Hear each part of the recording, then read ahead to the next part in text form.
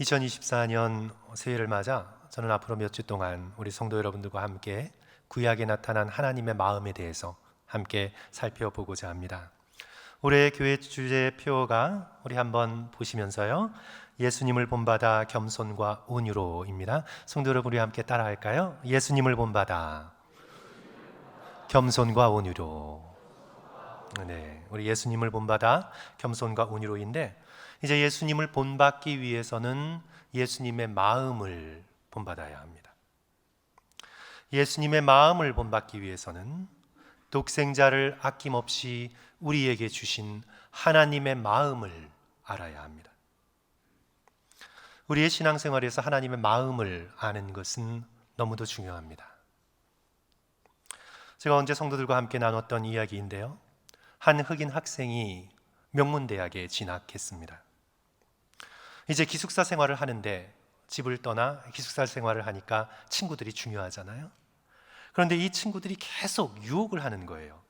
마리화나 한번 펴보자고, 괜찮다고, 다 핀다고, 한번 해보자고, 같이 마약을 하자고, 이거 하면 스트레스 풀리고 너무 좋다고, 같이 딱 한 번만 하자고, 그리고 재미있는 파티에 가서 우리 함께 즐기자고 친구들이 계속 유혹을 하는데, 이 흑인 학생은 단호하게 거절을 합니다. 외톨이가 될지언정, 친구를 사귀지 못할지언정 단호하게 거절을 합니다. 어머니 때문입니다.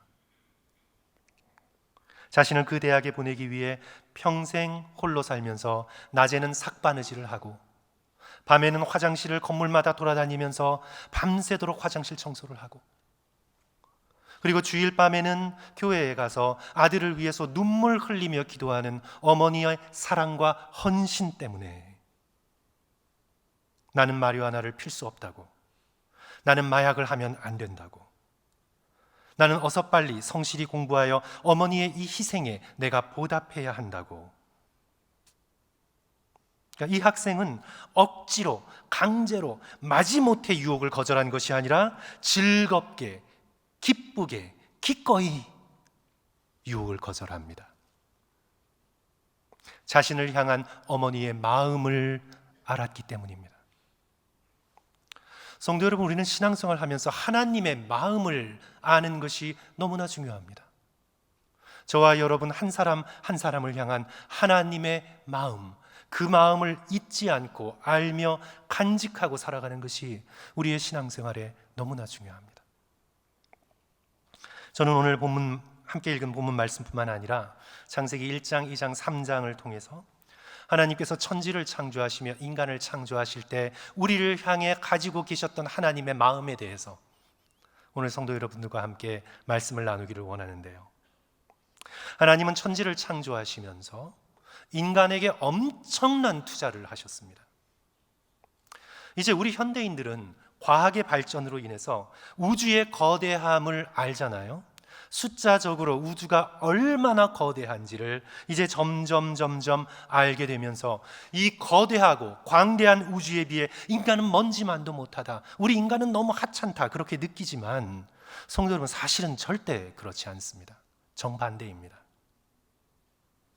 하나님께서 인간에게 투자하신 것에 비해서 해와 달과 별과 은하에 투자한 것은 너무나 하찮게 느껴집니다.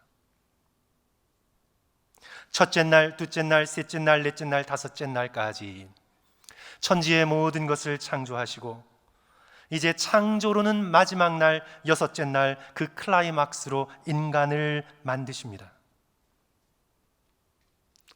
이제 인간을 만드시면서 삼위일체 하나님께서 처음으로 삼위 하나님 간에 상의하십니다. 인간을 만드시면서 성부, 성자, 성령이 인간을 만드는 일에 관해 상의하십니다. 해와 달과 별에는 그런 표현이 없어요. 그러나 인간을 만드시면서 삼위 하나님이 함께 하십니다. 창세기 1장 26절, 하나님이 이르시되 우리의 형상을 따라 우리의 모양대로 우리가 사람을 만들고 그들로 바다의 물고기와 하늘의 새와 가축과 온 땅에 기는 모든 것을 다스리게 하자. 하나님의 형상을 인간에게 주십니다. 다른 생물들에게는 주시지 않았습니다. 그러나 하나님의 거룩하신 형상을 인간에게 주십니다. 태양과 달에겐 주지 않으셨습니다. 인간에게, 은하계엔 주지 않으셨습니다. 오직 인간에게 하나님의 거룩한 형상을 주셨습니다. 살아있는 모든 것을 다스릴 수 있는 권세를 인간에게 주셨습니다.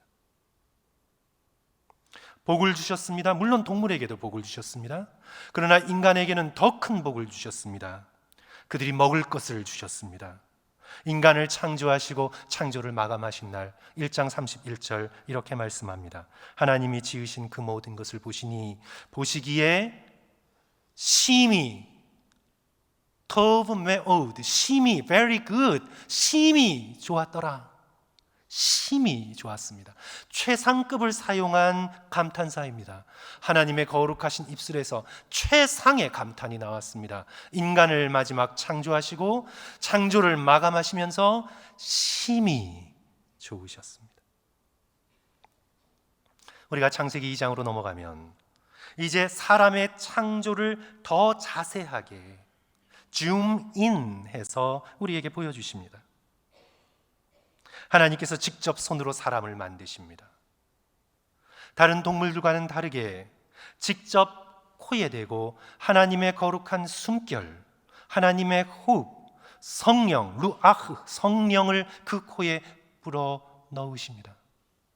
그리하여 다른 동물들과는 다르게 오직 인간만이 하나님의 영을 받은 생명이 되어 이 땅을 살아가게 됩니다. 그리고는 그 힘으로 에덴 동산을 경작하게 하십니다. 그리고 오늘 본문 창세기 3장 8절에서 직접 나오지는 않지만 암시된 바에 따라 그들이 그날 바람이 불 때 동산에 거니시는 여호와 하나님의 소리를 듣고 에덴 동산에서 하나님께서는 아담과 하와와 함께 거니십니다. 그들과 함께 친밀한 영적 교제를 나누십니다. 인간만이 누리는 놀라운 특권입니다. C.S. 루이스의 지적처럼 기독교는 인간 영혼의 가치를 아주 높게, 감히 인간의 지식으로 상상할 수 없이 극단적으로 성경은 인간의 가치를 높이 평가합니다. 하나님은 한 사람을, 그 사람의 영혼을 달과 바꾸지 않으실 것입니다. 하나님께서는 한 사람의 영혼을 해와도 바꾸지 않으실 것입니다. 하나님은 한 사람의 영혼을 은하와도 바꾸지 않으실 것입니다. 하나님께서는 하나님의 사랑하는 독생자 예수 그리스도를 저와 여러분의 영혼을 위해 이 땅에 보내실 정도로 우리를 사랑하셨습니다. 인간을 향한 하나님의 마음은 크고도 넓습니다. 추상적인 인간이 아니라 저와 여러분 한 사람 한 영혼을 향한 하나님의 마음은 크고도 넓고도 깊습니다.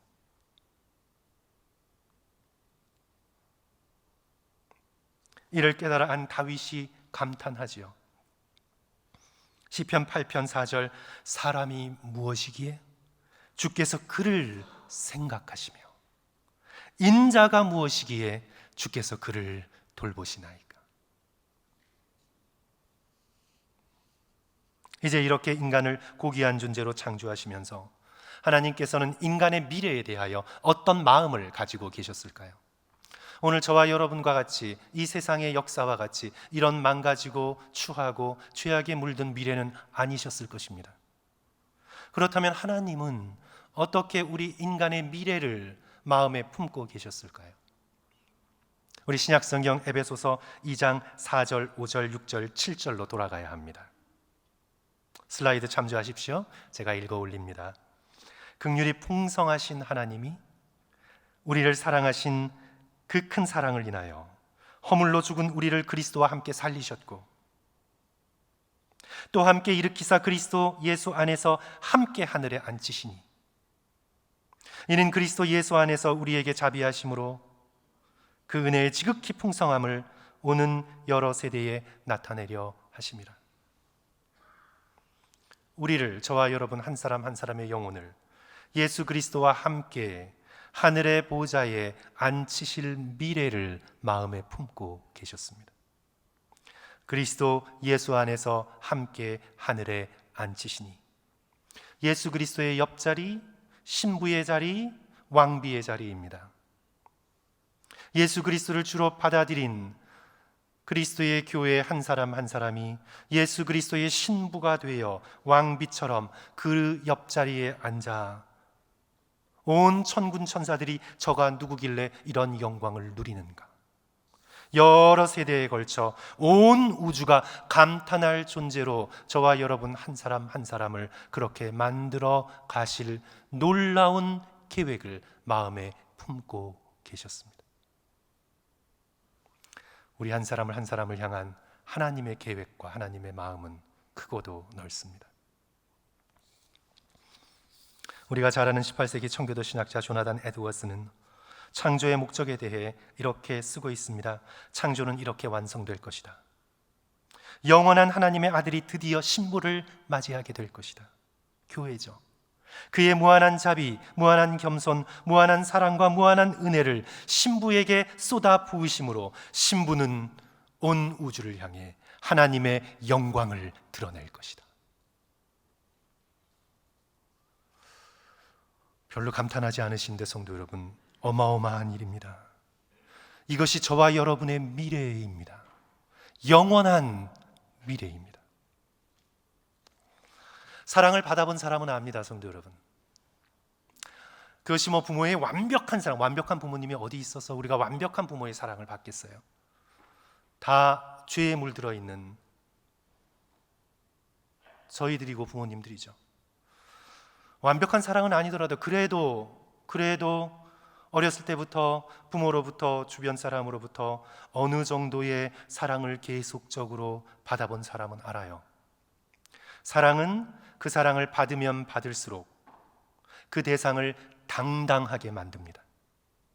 그 대상을 아름답게 만듭니다. 어렸을 적부터 부모의 사랑을 받아 성장한 아이는요, 뭔가 모르게 설명할 수 없는 당당함이 있습니다. 뭔가 설명할 수 없는 기품이 있습니다. 인간의 부족한 사랑도 쏟아 부어질 때 그러할진데 그리스도의 다함이 없는 사랑, 그 놀라운 사랑을 영원히 받으면 우리 모두는 얼마나 아름다워질까요? 얼마나 고귀해질까요? 얼마나 당당해질까요? 그리스도의 사랑을 한없이 받은 눈부시도록 아름다운 신부, 그것이 저와 여러분의 미래입니다.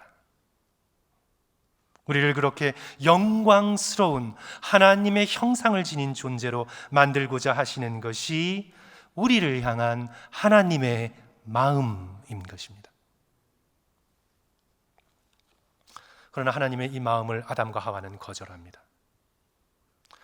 아니, 단지 계명 하나 어긴 거 가지고 너무한 거 아니야, 우리는 창세기를 읽으면서 그렇게 생각할 수 있는데 단지 계명 하나를 어긴 것이 아닙니다. 그 계명에 담긴 하나님의 마음, 하나님의 사랑을 던져버린 것입니다. 앞서 제가 예를 설명드린 흑인 학생이 만약 마리화나에 빠진다면, 마약에 빠진다면 그건 어머니의 부탁 하나를 어긴 것이 아닙니다. 그것은 어머니의 사랑을 외면한 것이고 그것은 어머님의 희생을 던져버린 것입니다. 아담과 하와는 계명 하나를 어긴 것이 아니라 자신들을 향한 하나님의 사랑에 등 돌리고 순간적으로 달콤한 말을 하는 뱀의 유혹에 빠져 눈앞에 보이는 선악과를 따먹게 됩니다. 그리고는 오늘 본문 8절, 성도 여러분 다 같이 오늘 본문 8절 한 목소리로 읽을까요? 그들이 시작. 그들이 그날 바람이 불 때 동산에 거니시는 여호와 하나님의 소리를 듣고 아담과 그의 아내가 여호와 하나님의 낯을 피하여 동산 나무에 숨은지라. 사랑이 멀어지면 얼굴을 똑바로 볼 수가 없습니다. 뭔가 죄로 관계가 틀어지면 그 사람의 눈동자를 마주할 수 없습니다. 아담과 하와는 하나님의 얼굴을 피합니다. 여기서 우리는 또다시 하나님의 마음에 주목하게 되는데, 하나님의 지극히 온유하신 마음을 우리는 이 장면에서 만나게 됩니다. 하나님께서는 강압하지 않으십니다. 협박하지 않으십니다. 너가 거기에 숨었지, 문을 열고 찾아내 끄집어내어 심판의 자리에 세우지 않으십니다. 하나님이 지금 몰라서 아담아 내가 어디 있느냐, 하나님의 숲이 너무 빽빽해 어느 나무에 숨었는지 몰라서 물으시는 겁니까? 아닙니다. 하나님은 다 알고 계십니다. 그러나 하나님께서 아담아 내가 어디 있느냐 물으심으로 아담이 마땅히 서 있어야 할 그 자리를 피해 도망간 자리에서 다시 자신의 자리를 깨닫고 하나님 앞으로 나오기를 초청하고 계시는 거지요. 하나님의 이 질문은 하나님의 지극한 온유하심을 우리에게 증거하고 있습니다.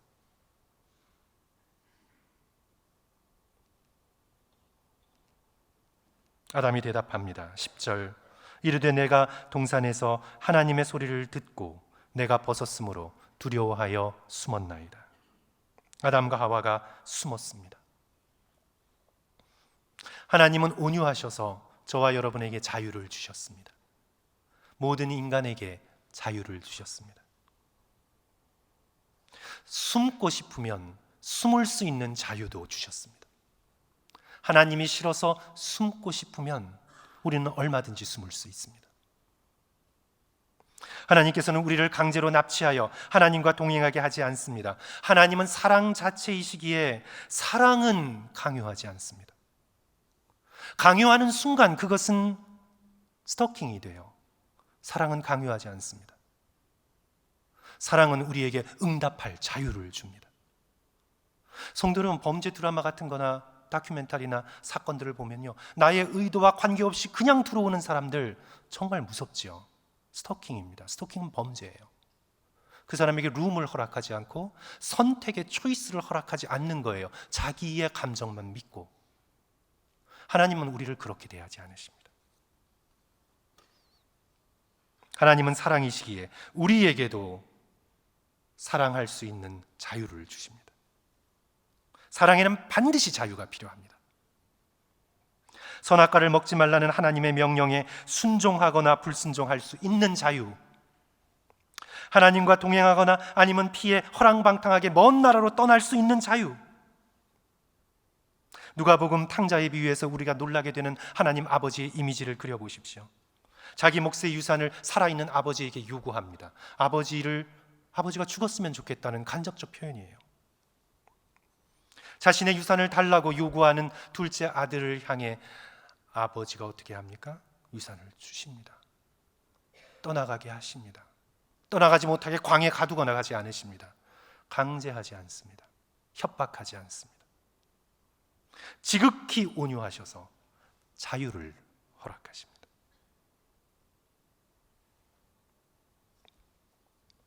예수님의 공생애를 보시면 예수님은 제자들과 사람들에게 절대로 압력을 행사하지 않으셨습니다. 하기 싫은데 강제적으로 시키지 않으셨습니다. 예수 그리스도께서 지극히 겸손하고 온유하셔서 제자들과 사람에게 자유를 주십니다. 예수님의 가르침이 걸림돌이 되어 많은 사람들이 예수님을 떠납니다. 제자들에게 예수께서 물으시지요. 너희들도 가려느냐? 떠날 자유를 주십니다. 십자가에 달리시기 위해 예루살렘을 향해 올라가시면서 예루살렘을 바라보시며 예수 그리스도께서 탄식하시죠.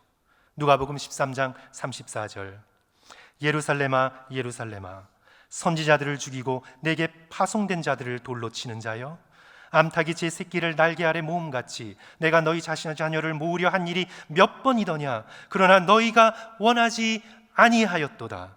원하지 않는데 강제로 모일게 할 수 없습니다. 그렇게 하지 않으십니다. 예수님께서는 거절할 수 있는 자유를 인간들에게 허락하십니다. 성도 여러분, 선택의 자유가 없다면 인간은 인간이 아닙니다.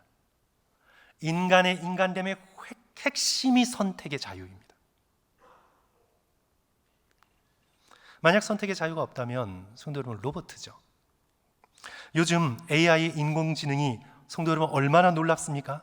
얼마나 놀랍습니까? 인간 기술이 참 놀랍죠. 중국에서는 인공지능 아나운서를 썼는데 외모에서부터 발음까지 완벽했다고 합니다. 완벽했어요.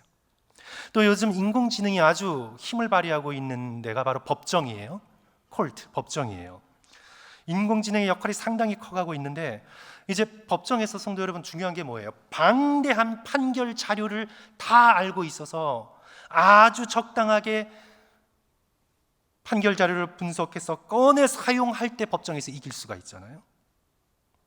인공지능은요, 방대한 판결 자료를 다 알고 있어서 그 자료를 분석하는 놀라운 지능을 지금 가지고 법정에서 큰 힘을 발휘하고 있다고 합니다. 저는 이러다가 걱정이 돼요. 혹시 AI 인공지능 목회자가 나오지 않을까? 설교를 완벽하게 하는 AI 인공지능 목회자가 나오지, 설교자가 나오지 않을까? 심히 걱정이 됩니다, 성도 여러분.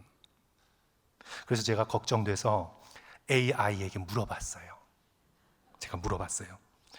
목사가 마음에 들지 않으면 저는 어떻게 해야 되나요? 하고 물어봤어요, 제가. 혹시 성도 여러분 물어보신 분 계세요? 그런 거 물어보지 마세요. 그런 거 물어보실 필요 없어요. 제가 대신 그래서 물어봤어요. 그런데 이 챗GPT AI의 대답이요, 전 깜짝 놀랐어요. 거의 완벽해요. 완벽해요. 목사가 마음에 들지 않는 감정은 종종 발생할 수 있는 감정이에요. 그러니 걱정하지 마시고 다음 몇 가지를 생각해 보세요. 첫째로, 이유 파악하기. 목사가 마음에 들지 않는 이유를 자세하게 생각해 보세요.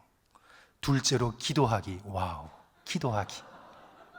목사에 대해 부정적인 감정이 있다면 기도를 통해 하나님께로 가져가 보세요. AI가 저희들 보고 기도하래요. 셋째, 타교회 체험하기. 다른 교회나 목회자의 설교를 듣고 다양한 교회를 경험해 보는 것도 좋은 방법입니다. 넷째, 목사와 대화하기. 만약 이래도 부정적인 감정이 계속 있거든 목사와 직접 만나 의견을 나눠보세요. 다섯 번째, 개인적인 신앙 지키기. 놀라워요. 목사가 마음에 들지 않아도 자신의 신앙을 지키시고 하나님께 집중하세요. 와우. 와. 성도 여러분, 이거 거의 완벽한 대답 아닌가요? 그런데 그 대답을 읽으면서 뭔가 저는 이렇게 차가운 벽처럼 뭔가 진심이 느껴지지 않아서 제가 다시 물어봤어요. 친구가 마음에 들지 않으면 어떡하나요? 그랬더니 단어만 바뀌었지 똑같아요. 거의 똑같아요. 그러니까 패턴이 있는 거예요, 이 친구가. 패턴이 있어서 대답을 하는 거예요. 그래서 제가 또 바꿔봤어요. 반찬이 마음에 들지 않으면 어떠나요? 비슷해요. 이유 파악하기, 다른 음식 먹어보기, 건강 생각해서 그래도 건강 지키기. 똑같아요. 고정된 패턴이 있어요. 조금 대화하니까 지루해요. 금방 지루해요. 뭐 많이 아는 것 같아도 지루해요. 왜일까요, 성도 여러분? 저는 인공지능이 아무리 발전해도 결국 그럴 것 같아요. 왜 지루하냐 하면 자유가 없기 때문에. 자유가 없어요. 있는 척 하겠지만 진짜 자유가 없어요. 생각의 자유, 감정의 자유, 의지의 자유, 선택의 자유가 없기 때문에 자유가 없으니까 마음이 없고, 마음이 없으니까 영혼이 없고, 영혼이 없으니까 진심이 없어요. 진심이 느껴지지 않아요. 정보는 좋은 것 같은데 진심이 없어요. 하나님은 우리를, 인간을 창조하실 때 선택의 자유를 가진 영적인 존재로 만드셨어요. 하나님의 고귀한 형상을 본받아 기꺼이 사랑하고 사랑받을 수 있는 고귀한 영적인 존재로 저와 여러분을 만드셨어요. 그래서 하나님께서는 위험을 무릅쓰고 우리에게 자유를 주셨어요. 하나님을 사랑할 수 있는 자유, 하나님을 거절할 수 있는 자유. 그러나 아담과 하와는 그 자유로 하나님을 등지고 하나님을 피하고 하나님으로부터 숨는데 그 자유를 사용했어요. 그 결과 어떻게 되었습니까? 오늘 11절 말씀에 계속 나오죠. 뱀은 저주를 받아 배로 기어다니며 흙을 먹습니다. 하와에게는 해산의 고통이 주어집니다. 남편을 질투하는 마음이 주어집니다. 아담에게는 평생 땀 흘리고 수고하여야 먹고 살게 됩니다. 결국에는 모든 인간은 죽어 흙으로 돌아가게 됩니다. 땅 자체가 저주를 받아 가시덤불과 엉겅퀴를 냅니다. 이 자연이 더 이상 인간에게, 생명을 가진 자들에게 우호적이 되지 않게 되었습니다. 하나님이 일부러 그러셨다, 계명 하나 범했는데 너무 하신 것 아니냐, 우리는 그렇게 생각할 수 있는데요, 성도 여러분, 절대 그렇지 않습니다. 하나님은 계명 하나 범했다고 우리에게 이런 과도한 형벌을 주시는 분이 아니세요. 지금 아담이 범한 것은 계명을 범한 것이 아니라 하나님의 사랑을 등진 것이고, 아담과 하와가 처해 된 현실은 하나님을 등지고 처해진 현실의 비참함을 우리에게 보여주고 있는 것이에요. 하나님의 말씀을 거절한, 그 사랑을 거절한 당연하고도 자연스러운 결과인 거죠. 얼마 전, 5일 전인가요? 도쿄의 하네다 공항에서 승객 몇 명인가요? 379명을 태운, 많이 탄 거죠, 큰 여객기가 착륙을 하다가 이륙하려고 했던 그 해안보안청의 작은 비행기인데, 그 비행기를 충돌하게 되면서 착륙을 했는데 화재가 났어요. 그런데 성도 여러분, 너무 놀라워요. 다 탔는데, 날개 빼곤 다 탔는데, 그래도 탈출을 정말 신속하게 잘해서 379명이 한 명도 죽지 않고 다치지 않고 전부 다 탈출했어요. 기적이에요. 기적이죠. 자세한 원인 규명은 앞으로 되어지겠지만, 현재까지 알려진 것은 그 해안보안청 소속 비행기가 선에서 대기하라는 명령을 이륙하라는 명령으로 잘못 알아들은 거예요. 성도 여러분, 생각해 봅시다. 관제사에 대기하라는 명령, 거기 대기하라는 이 명령은요, 반드시 지켜져야 돼요. 그리고 그 명령은 관제사를 위한 것도 아니고, 그 명령은 바로 자신을 위한 거예요. 또한 다른 사람을 위한 거예요. 관제사가 말하는 거기 대기하라는 이 명령은 하찮은 명령이 아니에요. 지켜도 되고 안 지켜도 되는 게 아니에요. 그것은 꼭 지켜야 되는, 나 자신을 위해서, 다른 사람들을 위해서 꼭 지켜야 되는 무게가 있는 명령이에요. 성도 여러분, 하나님의 계명은, 하나님이 우리에게 주신 명령은 이 관제사의 명령의 무게와 비교할 수 없이 중요하고 또 중요한 것입니다. 그것은 우리를 위한 거예요. 하나님을 위한 명령이 아니에요. 우리를 위한 명령이에요. 우리가 하나님의 형상을 가진 영광스러운 존재로 되어 가도록 우리를 위해서 하나님께서 주신 계명이에요. 그러나 그 계명을 무시하고 우리의 마음대로 선택한 결과, 오늘 이 역사와 우리의 일상과 국제 정치 속에 경험되어지는 온갖 죄악과 고통과 비참함을 우리는 지금 느끼고 있고 살고 있고 보고 있습니다. 그러나 하나님의 마음은 지극히 겸손하십니다. 인간이 실패하고 하나님의 사랑을 등돌린 그 자리에서 하나님은 당장 보복하시는 것이 아니라 지극히 겸손하십니다. 하나님의 마음이 겸손하다는 것은 그런 아무런 이유가 없는데도 죄된 우리를 포기하지 않으시고 죄된 자리에까지 내려오셔서 우리를 싸매어 주신다는 의미 속에서 하나님은 겸손하십니다. 현재는 비참하나 미래를 향한 빛나는 약속을 아담과 하와에게 허락해 주십니다. 뱀을 저주하시면서 약속을 주시기를, 15절 중간 부분, 여자의 후손은 내 머리를 상하게 할 것이요 너는 그의 발꿈치를 상하게 할 것이라. 뱀의 머리를 상하게 할 여인의 후손, 이사야 7장 14절에서 분명하게 선지자를 통해 예언된 그 예언, 보라 처녀가 잉태하여 아들을 낳으리니 그의 이름을 임마누엘이라 하리라. 결국에는 동정녀 마리아의 몸에서 태어날 우리와 함께하는 하나님, 임마누엘의 하나님 예수 그리스도를 약속해 주고 계십니다. 비참한 현재의 자리에서 빛나는 예수 그리스도를 우리에게 약속해 주십니다.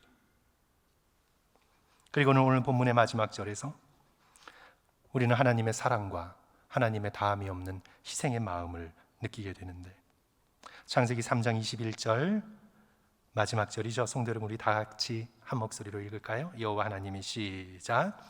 여호와 하나님이 아담과 그의 아내를 위하여 무엇을? 가죽옷을 지어 입히시니라.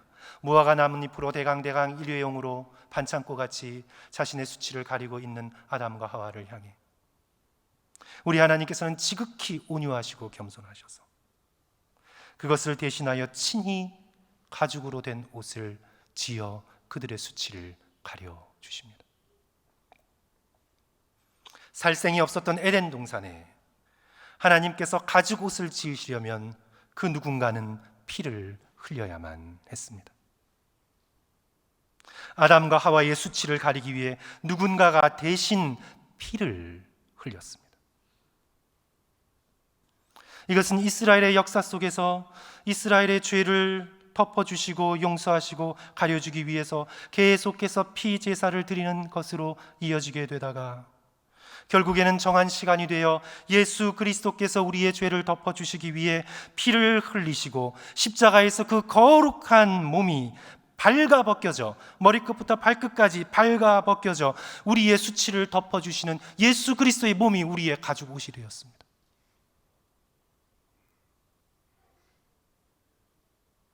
지금 여기 에덴 동산의 이 비참한 타락의 현장에서 우리는 독생자 예수 그리스도를 우리를 위하여 기꺼이 내어주시고자 하시는 하나님의 다함이 없는 사랑과 하나님의 놀라운 희생의 마음을 우리는 느끼게 됩니다. 사랑하는 성도 여러분, 우리는 자유롭습니다. 제가 자유롭다고 할 때 완벽하게 모든 조건 속에 내가 모든 것을 선택할 수 있는 자유를 말하는 것이 아니에요. 우리는 제한받아 살고 있고 우리는 선택되지 않은 상황 속에서도 놓여 있게 돼요. 그런데 지금 여기서 말씀드리는 자유는요, 우리가 완벽하게 자유롭지 않아도 우리는 매 순간마다 독생자 예수 그리스도를 아낌없이 주시는 하나님의 사랑을 받아들일 수 있는 선택, 아니면 그것을 거절할 수 있는 선택, 우리의 그 자유는 우리가 마지막 숨을 거두는 순간까지 우리에게 남아있을 것입니다. 우리가 우리의 숨 하나 쉬지 못해도, 눈 하나 깜빡거리지 못하는 마지막 침상 위에서도 우리는 하나님의 예수 그리스도를 통해 주시는 하나님의 이 사랑을 받아들일 것인가, 아니면 거절할 것인가, 예수 그리스도와 함께 소망을 가지고 죽을 것인가, 아니면 그리스도를 모르는 채로 죽을 것인가, 우리는 마지막까지 자유롭습니다. 성도 여러분, 저와 여러분은 이 자유를 지금 이 순간에도 가지고 있습니다.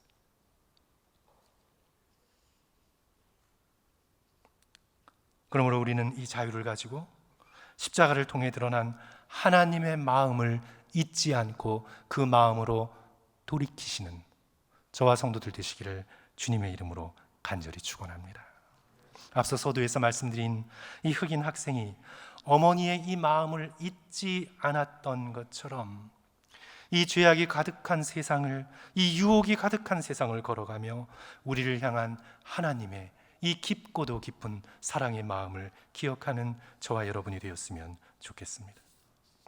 하나님이 허락하신 이 자유로 하나님을 사랑하고 십자가의 사랑으로 끊임없이 돌아가며 설령 죄와 연약함으로 실패하여 넘어졌더라도 오늘 후손을 약속하시고 가죽옷을 지어 입혀주시는 하나님의 사랑을 의지하여 넘어진 자리에서 다시 일어나 그리스도께로 십자가로 향하는 저와 성도들 되시기를 주님의 이름으로 간절히 축원합니다.